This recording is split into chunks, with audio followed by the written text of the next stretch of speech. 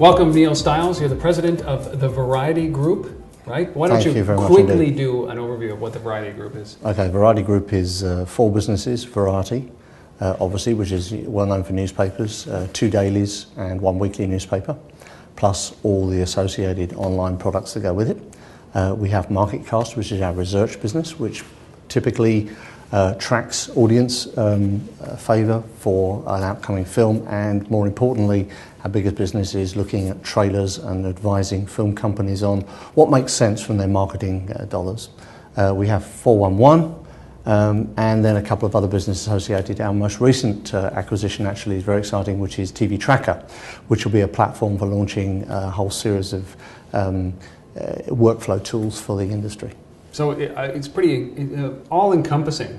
So, I mean, is it fair to say that mobile is very important, somewhat important? How important is mobile to your business? It is important, but I think you said it's all-encompassing. That's not something it always has been. I mean, Variety was a very traditional newspaper publisher for a long, long time.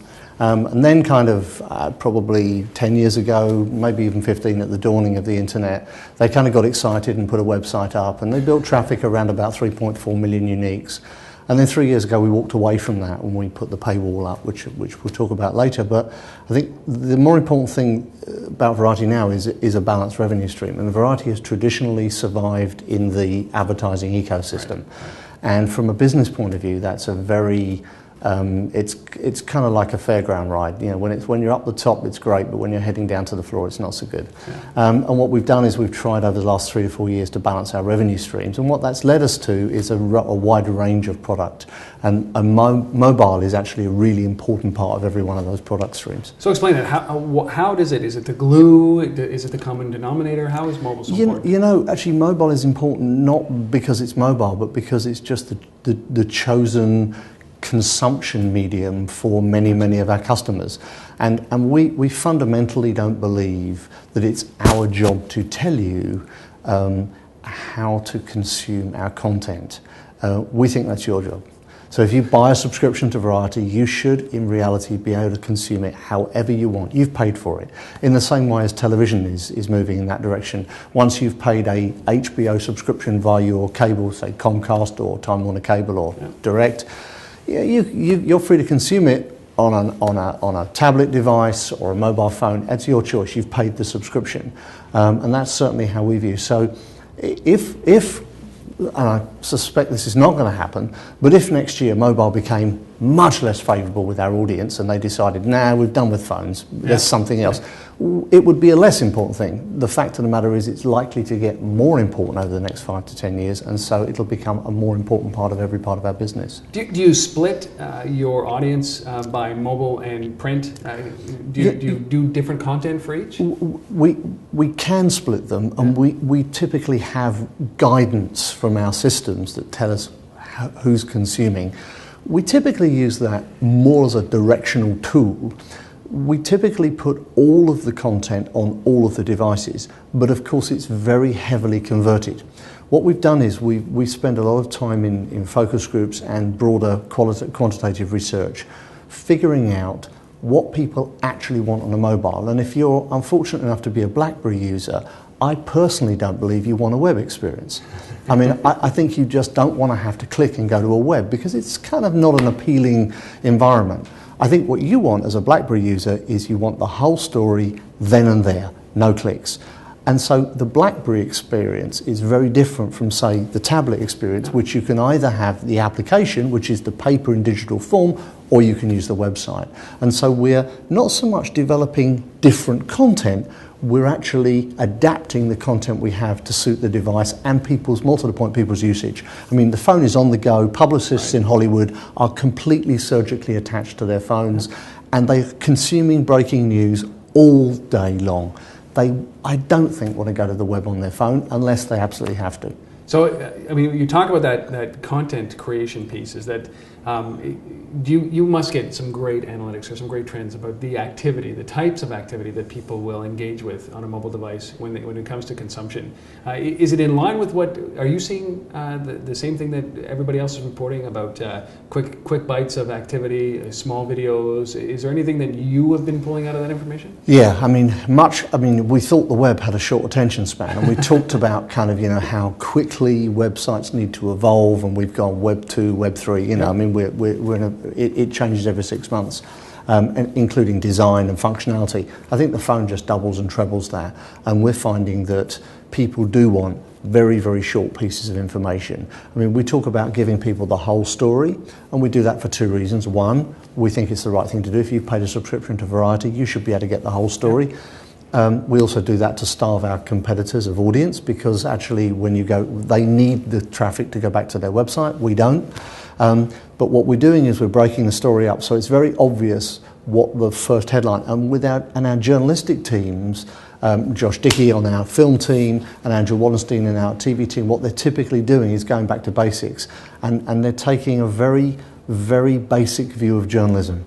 I.e., if you just read the first paragraph, you should pretty well be able to get everything you need. First and last paragraph. Yeah, exactly. Yeah. And so we're heavy loading that first paragraph with all of our information. Yeah. And then if you don't want to read on, you don't have to, but you've got the gist of the story. So did you design that specifically for the mobile space? Yeah, so that absolutely. It was quick hits, low attention span? It's absolutely for phone or BlackBerry or Android device, yeah. So it's very, very quick. And as I said, it's a double-edged sword for us. One, it increases our user consumption and provides a great service to our customers. But also, it means that if we've got the same breaking news that someone else has got, they're going to use ours, not theirs, and they're not going to go back to their website. And that over time, for businesses, particularly those that are focused exclusively on an online ad model, it's going to be an issue for them. We said it's really interesting because you're not driving people to a website, because you've kind of bypassed the web from your print publication and into mobile. Now, is the mobile application a pay for app, or it's all subscription? It's all part of the same thing. You can subscribe to Variety, pay one price, $329, and you can have everything. You can have the paper. You can have the digital edition via a conventional PC or a conventional program. You can have the digital edition delivered through an app on phone or on a tablet device. You get breaking news with the whole story on a phone device, accessed via the web. The paywall operates and the passwords operate on all devices. Yeah. What you can't do is pick and choose. There's no differential pricing. So you can't come to us and say, I just want it on an iPad. It's the same price. You can decide to only do that, but you still pay the same price for that. And is that is that part of the mass disruption of television? Is there anything else that you see that's?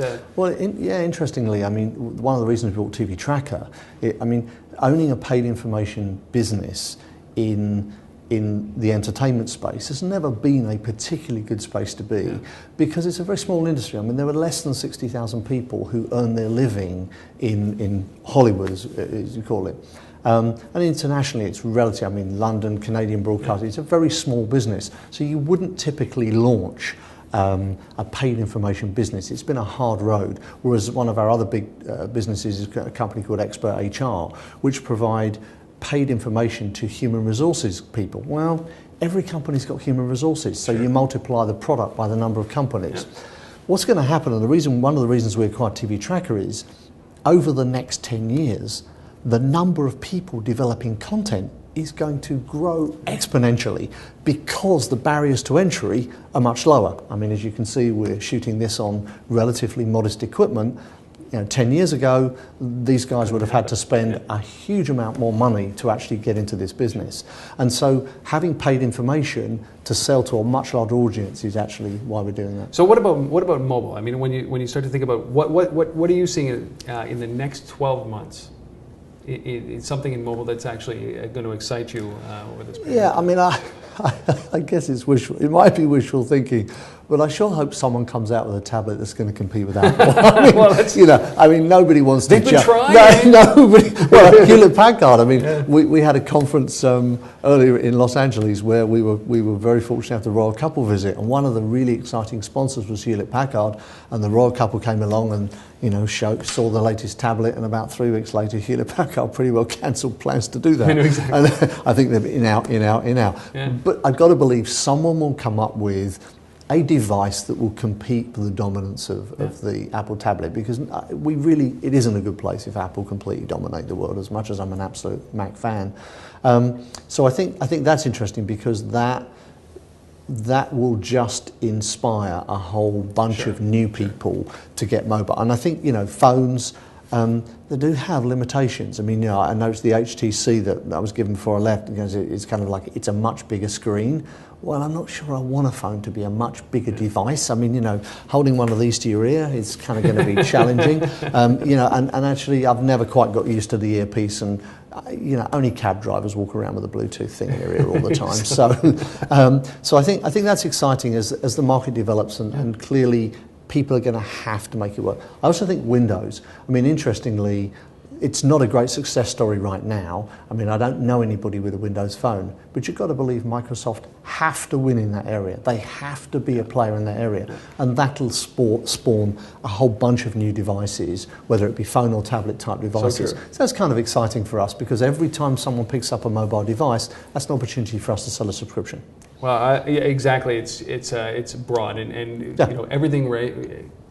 everything being equal, when this industry rises, all ships rise in the same time. I mean, interestingly for us, I mean, you think about the process of purchasing. So I think, I'd like to buy a copy of Variety.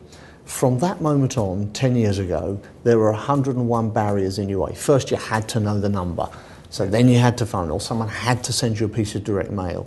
Now, pretty well everything you hold, walk around with, talk to, listen to, can be a device by which you can actually read Variety. I mean, interestingly, we were working with Sirius Radio, where you get the headlines in the morning. I think what's more exciting is actually working with Pandora going forward. As Pandora becomes the chosen Wi-Fi product of cars, automotive industry will undoubtedly go that way. I think it's Toyota already have, and I think Ford might have done as well.